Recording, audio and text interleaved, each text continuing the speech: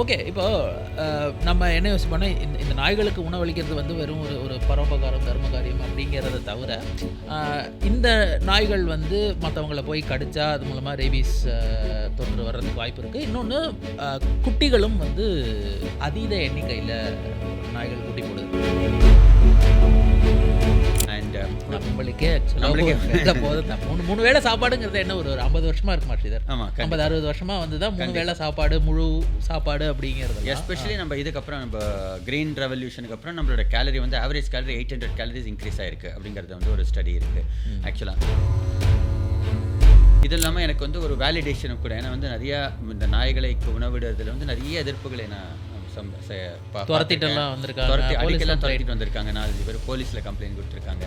நிறைய அந்த மாதிரி போலீஸ் கேஸ் ஆகி நான் முதல்ல ஒரு போலீஸ் ஸ்டேஷனுக்குள்ள காலடி எடுத்து வச்சதே ஒரு நாய் சம்மந்தமான ஒரு கம்ப்ளைண்ட்டுக்காக தான்.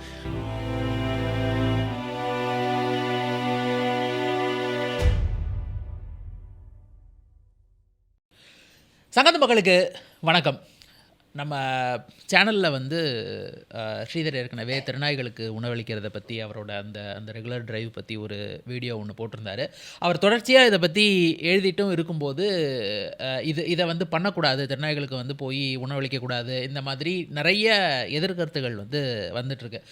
அந்த மாதிரி கிட்டத்தட்ட ஐ திங்க் பாம்பே ஹைகோர்ட்டில் வந்து ஒரு லேடி இந்த மாதிரி நாய்களுக்கு உணவளிக்க வந்தவங்களை வந்து தடுத்ததுக்காக அவங்க மேலே வந்து கோர்ட் ஆக்ஷன் எடுத்தது. இந்த மாதிரிலாம் நிறைய கிட்டத்தட்ட உச்சநீதிமன்றம் வரைக்கும் வந்து நாய்களுக்கு உணவளிக்கலாமா கூடாதா இந்த மாதிரியான வழக்குகளில் போயிருக்கு.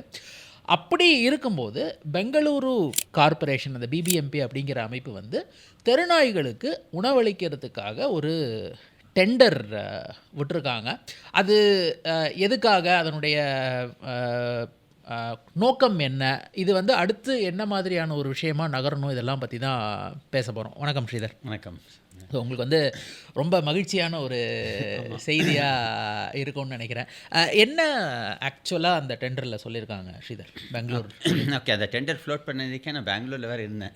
ஓகே. அது ஒரு நியூஸ், டெக்கான் ஹெரால்டில் நியூஸ் வந்தப்போ ரொம்ப கூட இருந்த கலீக் வேறு காமிச்சு பாரு பற்றியா அப்படின்ற மாதிரி ஒரு அந்த மாதிரி ஒரு எக்ஸைட்மெண்ட்டாக இருந்தது.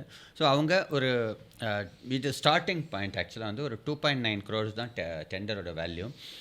ஒரு 5000 ஒரு செலக்ட் ஏரியாஸில் ஒரு 5000 நாய்களுக்கு, தெருநாய்களுக்கு உணவளிக்கலாம் அப்படின்ற மாதிரி ஒரு பிளானில் ஃப்ளோட் பண்ணியிருக்காங்க. ஸோ அந்த டெண்டர் வந்து எடுத்துகிட்டு நீங்கள் பேசிக்கலாக சிக்கன், வெஜிடபிள் ரைஸ் அந்த மாதிரி, இல்லை வந்து சிக்கன் எக் வெஜிடபிள் ரைஸ் அந்த மாதிரி ஒரு மிக்ஸ் பண்ணி நீங்கள் போடணும்.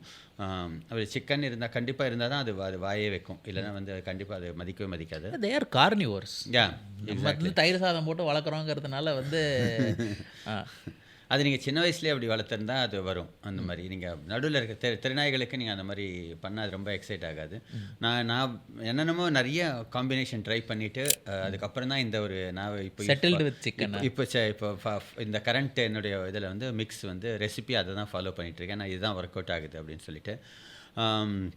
ஸோ அந்த மாதிரி ஒரு ரைஸ் மிக்ஸ் பண்ணி அதை கொடுத்துட்டு அதை க்ளீன் பண்ணிவிட்டு அவங்களோட ரெஸ்பான்சிபிலிட்டி க்ளீன் பண்ணணும் அப்படிங்கிறது அந்த டெண்டர்ஸ் இருக்கிறவங்களோட ரெஸ்பான்சிபிலிட்டி. இதுதான் அவங்களுடைய ஒரு பிளான். 5000 டாக்ஸ் ஸ்டார்ட் பண்ணலாம். அப்புறம் அப்படியே வந்து மொத்தம் கிட்டத்தட்ட ஐ திங்க் 2.8 lakhs இது நினைக்கிறேன். மும்பை இது பெங்களூர் அந்த சிட்டி ஏரியாவில் கார்ப்பரேஷன் லிமிட்ஸில் 2.8 lakhs டாக்ஸ் இருக்குது. ஸோ அதை வந்து விரிவாக்கிட்டு போவாங்கன்னு நினைக்கிறேன் கூடிய விரைவில், கொஞ்சம் கொஞ்சமாக அப்படின்னு. கிட்டத்தட்ட இப்போ 1,00,000 நாய்களுக்கு உணவளிக்கணும்னா கூட நீங்கள் சொல்லியிருக்கிற அந்த கணக்குப்படி பார்த்தா ஒரு 120 கோடி கிட்டக்க ஆகும்னு நினைக்கிறேன். கண்டிப்பாக ஆகலாம். அப்போ 2.8 lakh டாக்ஸுக்கு வந்து we have to prorate. But okay, இப்போது நம்ம என்ன யோசிப்போம்னா, இந்த நாய்களுக்கு உணவளிக்கிறது வந்து வெறும் ஒரு ஒரு பரோபகாரம், தர்மகாரியம் அப்படிங்கிறத தவிர, இந்த நாய்கள் வந்து மற்றவங்கள போய் கடிச்சா, அது மூலமாக ரேபீஸ் தொற்று வர்றதுக்கு வாய்ப்பு இருக்குது. இன்னொன்று குட்டிகளும் வந்து அதீத எண்ணிக்கையில் நாய்கள் குட்டி போடுது. ரொம்ப முக்கியமாக அவங்க தான் சொன்னீங்க, வந்து சோறு போட்டு அதுங்க வந்து நிறைய குட்டியாக போடுது அப்படிங்கிறத தான் ஒரு இதுவாக முன்வைக்கிறாங்க. பட் நிறைய பேருக்கு தெரியறதில்ல. இது வந்து இதை பண்ணுறவங்க நிறைய பேர் வந்து அந்த நாய்களுக்கு தடுப்பூசி போடுறதையும், இல்லை அதுங்களுக்கு அந்த இந்த கட்டுப்பாடு அறுவை சிகிச்சையும் செஞ்சு வைக்கிறாங்க அப்படின்னா. ஆனால் இப்போ பெங்களூர் வந்து வேறு என்ன, இதை உணவளிக்கிறதுக்காக மட்டும்தான் வச்சுருக்காங்க. பட் இது அடுத்து நகரணும் இல்லையா, அதுக்கு அடுத்து. ஸோ இப்போ ஏற்கனவே எல்லா கார்பரேஷன்ஸ்லையும் இந்தியா முழுக்க எல்லா சிட்டி கார்பரேஷன்ஸ்லையும் வேக்சினேஷனு, ஸ்டெரிலைசேஷன் வந்து ஒரு முக்கியமான திட்டமாக தான் இருக்குது ஏற்கனவே.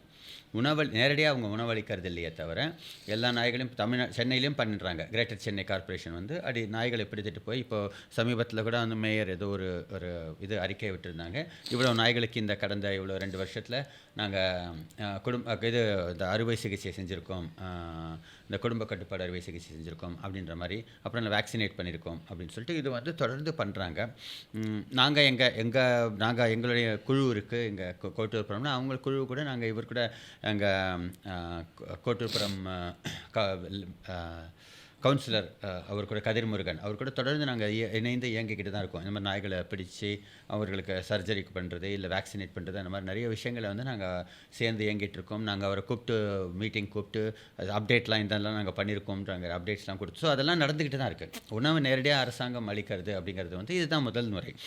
ஸோ இது பரோபகாரம் தர்மகாரியங்கிறத தாண்டி அந்த ஆங்கிள்லேயே நான் பார்க்கல. ஆக்சுவலாக இது ஒரு தனி மனிதன் செய்யும்போது அது அப்படி பார்க்கலாம். நீங்கள் வந்து ஒரு அரசாங்கம் செய்யும்போது வந்து ஒரு அரசாங்க திட்டமாக அதற்கு நீங்கள் வேறு ஒரு ஆங்கிளில் தான் நம்ம ஒரு எந்த மாதிரியான, ஏன்னா வந்து இது விலங்குகளுக்குன்னு வந்து நிறைய செலவு செஞ்சுட்டு தான் இருக்குது அரசாங்கங்கள். உங்களுக்கு வந்து ஃபாரஸ்ட் டிபார்ட்மெண்ட் இருக்குது, அனிமல் வெல்ஃபேர் போர்டு இருக்குது. இல்லை அவ்வளோலாம் நம்ம போகாட்டியும் இப்போ வந்து ஒரு நாய்க்கடினால நிறைய பேர் பாதிக்கப்படுறாங்கன்னா அது ஒரு பப்ளிக் இன்ஃப்ராஸ்ட்ரக்சர், பப்ளிக் ஹெல்த்தோட லோடு அது. ஏன்னா அவங்க எல்லாரையும் அவங்களுக்கான ரேபீஸ் மருந்துகளை வந்து இது பண்ணணும், அவங்கள தொடர்ச்சியாக ட்ராக் பண்ணணும். இது மறைமுகமாக வந்து நம்மளுடைய மருத்துவ கட்டமைப்புக்கு ஒரு சுமை தான். அதுக்கு வந்து அரசாங்கம் எப்படியும் செலவு பண்ணி தான் கண்டிப்பாக ஆகணும். கண்டிப்பாக அந்த மாதிரி உங்களுக்கு ஒன்று பண்ணச்சு. இப்போ நீங்கள் நாய்களுக்கு உணவளிக்கிறது மூலமாக என்ன பண்ணுறீங்க, முதல்ல வந்து அதனுடைய அக்ரெஷனை குறைக்கிறோம் நம்ம. ஏன்னா வந்து நாய்கள் இப்போ நிறைய ஆய்வுகள்லாம் வந்து அந்த தகவல் வந்திருக்கு. நாய்களை நேரடியாக வந்து இந்தியாவிலேயே நேரடியாக தெருநாய்களை அப்சர்வ் பண்ணி அதுக்கு என்ன பண்ணுது, என்னென்ன ஆக்டிவிட்டி. ஸோ நாய்களுக்கு வேறு என்ன ஆக்டிவிட்டி இருக்க முடியும், ஆக்டிவிட்டின்னு ஒன்றும் கிடையாது. ஓகே, சாப்பாடு தேடுறது, சாப்பிடுறது, அதற்கு பிறகு வந்து ரெஸ்ட் எடுக்கிறது. இதுதான் உலக அளவில் இருக்கிற எல்லா விலங்குகளுக்கும், முக்கால்வாசி விலங்குகளுக்கு இது மட்டும்தான் வந்து நேரடியான ஒரு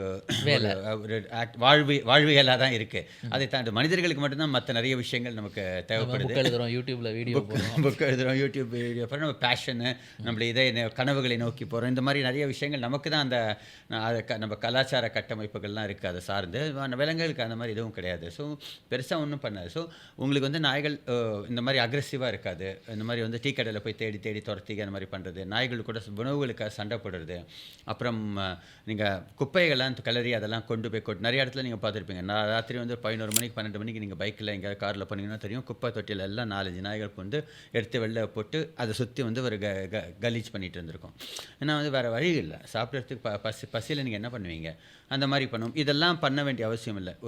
நாய்களுக்கு 3 வேளையெல்லாம் பிரேக்ஃபாஸ்ட், லஞ்ச், டின்னர்லாம் கிடையாது. அதுங்களுக்கு ஒரு வேளை போகிறோம் ஆக்சுவலாக. அண்ட் நம்மளுக்கே போதும் 3 வேளை சாப்பாடுங்கிறது என்ன ஒரு 50 வருஷமாக இருக்குமா ஸ்ரீதர்? ஆமாம், 50-60 வருஷமாக வந்து தான் 3 வேளை சாப்பாடு, முழு சாப்பாடு அப்படிங்கிறது. எஸ்பெஷலி நம்ம இதுக்கப்புறம் நம்ம கிரீன் ரெவல்யூஷனுக்கு அப்புறம் நம்மளோட கேலரி வந்து ஆவரேஜ் கேலரி 800 கேலரிஸ் இன்க்ரீஸ் ஆயிருக்கு அப்படிங்கிறது வந்து ஒரு ஸ்டடி இருக்குது ஆக்சுவலாக. ஸோ நமக்கே தேவையில்லைன்னா நாய்களுக்கு சுத்தமாக தேவையில்லை. சாப்பிட்டோன்னா அது பாட்டுக்கு உட்காந்து ரெஸ்ட் எடுத்துகிட்டு சும்மா இருக்க போகிறது. ஸோ அந்த அக்ரெஷன் குறையும். அதுவும் இல்லாமல் இன்னொரு முக்கியமான விஷயம் நம்ம கவனிக்கிறது என்னென்னா வந்து இப்போ நீங்கள் சொல்கிற அந்த ஸ்டெரிலைசேஷன், வேக்சினேஷனுக்கே ஃபீடிங் ரொம்ப முக்கியம். ஏன்னா வந்து நாய்கள் வந்து செமிஃபெரல் டாக்ஸ்லாம் வராது உங்கள்கிட்ட. நீங்கள் ஆரம்பத்துலேருந்தே வந்து மனிதர்களோட வந்து ஒரு இது இல்லைன்னா, ரிலேஷன்ஷிப் இல்லைன்னா டாகு கிட்டே வராது. இப்போ எங்கள் ஸ்ட்ரீட்ஸில் நான் ஃபீட் பண்ண டாக்லாம் நான் கையில் தூக்குவேன், ஒன்றுமே பண்ணாது. நாங்கள் வேக்சினேஷன்லாம் நான் கையில் தூக்கி பிடிச்சிக்கிட்டு ஊசி போட்டெல்லாம் விடுவோம், இல்லை தூக்கிட்டு பிடிச்சிட்டு போய் அழகாக வேனில் உட்கார வச்சுட்டு நீங்கள் அந்த மாதிரி வேறு ஏதாவது ஒரு நாயை பிடிக்க முயற்சி பண்ணி பாருங்கள். உங்களுக்கு பழக்கம் இல்லாத நாய் ஏதாவது பிடிக்க முயற்சி பண்ணி நாங்கள் அந்த மாதிரி நாயெல்லாம் பிடிச்சிருக்கோம். பெரிய ஒரு எஃபர்ட், ஒரு ப்ராஜெக்ட் இருக்கும். ஒரு 10 பேர் சுற்றி ஓடி இந்த பக்கம் ஓடி அதை வந்து ஒரு இதில் கோணி மாதிரி ஏதாவது இதில் போட்டு ஒரு நெட்டில் போட்டு தூக்கி பெரிய அதுக்கு ஒரு கேஜ் வேணும், அந்த கேஜில் நீங்கள் போடணும். இந்த மாதிரிலாம் அதை நீங்கள் அப்புறம் சர்ஜரி பண்ணுறது ஒரு பிரச்சனை. நீங்கள் ஹியூமன் ரிலேஷன்ஷிப்பில் இருக்கிற நாய், ஃபெமிலியராக இருக்கிற நாய் வந்து அந்த மாதிரி பிரச்சனைகளே இருக்காது. ரொம்ப ஈஸியாக அதை நீங்கள் பண்ணுற இந்த ஸ்டெரிலைசேஷனுக்கே எல்லாத்துக்குமே வேக்சினேஷனுக்கே இது வந்து ரொம்ப கன்வீனியண்ட்டாக இருக்கும். அது கிட்ட வரும் பழகும். மனிதர்களோட பழகிற நாய் வந்து சட்டுன்னு கிடைக்காது, அக்ரெஷனை காட்டாது உங்களுக்கு மனிதர்களோட. அந்த மாதிரி இப்போ எங்கிட்ட நான் எல்லாம் வந்து பட்டுன்னு நீங்கள் மூக்கில் நீ அடிச்சிங்கன்னா அது வந்து ஒன்றும் பண்ண முடியும், வாங்கிட்டு சும்மா நிற்கும். என்ன தெரியும் இவங்க வந்து ஒன்றும் டோன்ட் மீன் ஹார்ம் அப்படின்னு வந்து அதுக்கு தெரியும், பழகினாள் அப்படிங்கிறதுனால அது இருக்கும். அந்த மாதிரியான ஒரு நிறைய வசதிகள் இருக்குது. நீங்கள் உங்கள் அடுத்த கட்டத்துக்கு இந்த டாக்ஸ் வந்து சேஃபாக நம்ம சிட்டிஸை சேஃபாக ஆக்கணும் அப்படிங்கிறதுல இது வந்து ரொம்ப ரொம்ப ஒரு முக்கியமான ஒரு முன்னெடுப்பு அப்படின்னு நான் நினைக்கிறேன். இது இல்லாமல் எனக்கு வந்து ஒரு வேலிடேஷனும் கூட. ஏன்னா வந்து நிறையா இந்த நாய்களுக்கு உணவிடுறதுல வந்து நிறைய எதிர்ப்புகளை நான் துரத்திட்டுலாம் வந்திருக்காங்க, அடிக்கெல்லாம் துரத்திட்டு வந்திருக்காங்க. 4-5 பேர் போலீஸில் கம்ப்ளைண்ட் கொடுத்துருக்காங்க. நிறைய அந்த மாதிரி போலீஸ் கேஸ் ஆகி நான் முதல்ல ஒரு போலீஸ் ஸ்டேஷனுக்குள்ளே காலடி எடுத்து வச்சதே ஒரு நாய் சம்மந்தமான ஒரு கம்ப்ளைண்ட்டுக்காக தான். அது இந்த மாதிரி நிறைய எதிர்ப்புகள் எல்லாம் சமாளித்து இப்போ வந்து அதையெல்லாம் எப்படி நம்ம அணுகிறது, எப்படி அதை வந்து சமாளிக்கிறதுங்கிற ஒரு கற்பிதல் வந்துருச்சு. அந்த மாதிரி ஒரு லெவலுக்கு இன்றைக்கி வந்திருக்கும் போது ஒரு அரசாங்கமே இதை முன்னெடுத்து பண்ணுது அப்படிங்கிறது வந்து ஓகே, இது வந்து ஒரு பெரிய ஒரு நம்ம சரியான திசை நோக்கி தான் நம்ம போயிட்டுருக்கோம் அப்படிங்கிறது வந்து ஒரு பெரிய ஒரு இதுவாக இருக்குது, வேலிடேஷனாக இருக்குது. இதை நான் எல்லா தமிழ்நாடு இந்த சென்னை கார்பரேஷன் உள்ளிட்ட எல்லா கார்பரேஷன்களும் இதை முன்னெடுக்கணும் அப்படிங்கிறது தான் என்னுடைய. நாங்கள் தனிப்பட்ட முறையில் தனிநபர்கள் கார்பரேஷன்கள் மட்டும் இல்லை, இதை கிட்டத்தட்ட எல்லா அந்த லோக்கல் கவர்மெண்ட்ஸும் வந்து இதை இதுவாக கொண்டு வரணும். முனிசிபாலிட்டி, பஞ்சாயத்து வரைக்கும், இதை ஊரக ஒன்றியம் வரைக்கும் இதை உள்ளே கொண்டு வரணும் அப்படின்னு நினைக்கிறேன். ஏன்னா இங்கே வந்து ஓரளவு கட்டுப்பாட்டில் இருந்தாலும் இங்கே வந்து அங்கே அதை பிடிச்சிட்டு போய் அந்த இதெல்லாம் பண்ணாலும் இன்னும் கொஞ்சம் கிராமங்களில் வந்து அந்த சிக்கல் இருக்க தான் செய்யுது. ஏன்னா நடுப்புற ஒரு கிராமத்துக்கு நடுப்புற இருக்கிற தொலைவில் இருக்கிற நாய்கள் வந்து வண்டியில் போகும்போது துரத்திட்டு வருது. அப்போ இது ஓகே, சென்னையில், மதுரையில், திருச்சி, கோயம்புத்தூர் இப்படி மட்டும் இல்லாமல் இது எல்லா இடத்துக்கும் அந்த ட்ரிக்கிள் டவுன் ஒருங்கிணைந்த அளவில் ஒரு திட்டம் அரசாங்க லெவலில் ஒரு திட்டம், மாநில அளவில் ஒரு திட்டம் கொண்டு வந்தால் இது வந்து ரொம்ப பிரயோஜனமாக இருக்கும் அப்படிங்கிறது. இது நாய்களுக்கானது மட்டும் இல்லை, இது வந்து மனிதர்களுக்காகவும். இது வெறும் நாய்க்காக பண்ணுறியா, மனுஷங்களுக்கே சாப்பாடு இல்லை அப்படின்லாம் வந்து நிறைய டயலாக்ஸ்லாம் வரும். பட் வந்து அதையெல்லாம் ஒதுக்கி தள்ளிட்டு இந்த மாதிரி இந்த சினிமா டயலாக்லாம் ஒதுக்கி தள்ளிட்டு இது ரொம்ப ஆக்கப்பூர்வமாக இதை எல்லா மாநிலங்களும் அரசாங்கங்களும் முன்னெடுக்கணும் அப்படிங்கிறது தான் என்னுடைய விருப்பம். அது மாதிரி இப்போது இது வந்து வெறும் இதை ஒரு திட்டம் டெண்டர் கொடுத்துட்டு பண்ணுறது அப்படிங்கிறத மட்டும் இல்லாமல் இதை வந்து பெங்களூரு கார்பரேஷன் கண்காணித்து இதோட வெளிப்பாடு என்ன, உண்மையான வெளிப்பாடு என்ன, இதை வந்து ஒரு ஆய்வாகவே இதை அணுகினா நல்லா இருக்கும்னு நினைக்கிறேன். அப்போ தான் நீங்கள் இதை ஸ்கேல் அப் பண்ண முடியும். நேஷனல் லெவலில் ஒரு மாடல். இப்போ வந்து தமிழ்நாட்டுக்கு ஒரு சத்துணவு மாடல் எப்படி வந்து தேசிய லெவலில் ஒரு பெரிய ஒரு ரோல் மாடலாக இருந்ததோ அந்த மாதிரி இது வந்து ஒரு கண்டிப்பாக ரோல் மாடலாக ஆகும், பண்ணுவாங்கன்னு எதிர்பார்க்குறோம். நிச்சயமாக. உரையாடலுக்கு நன்றி ஸ்ரீதர். தேங்க்ஸ்.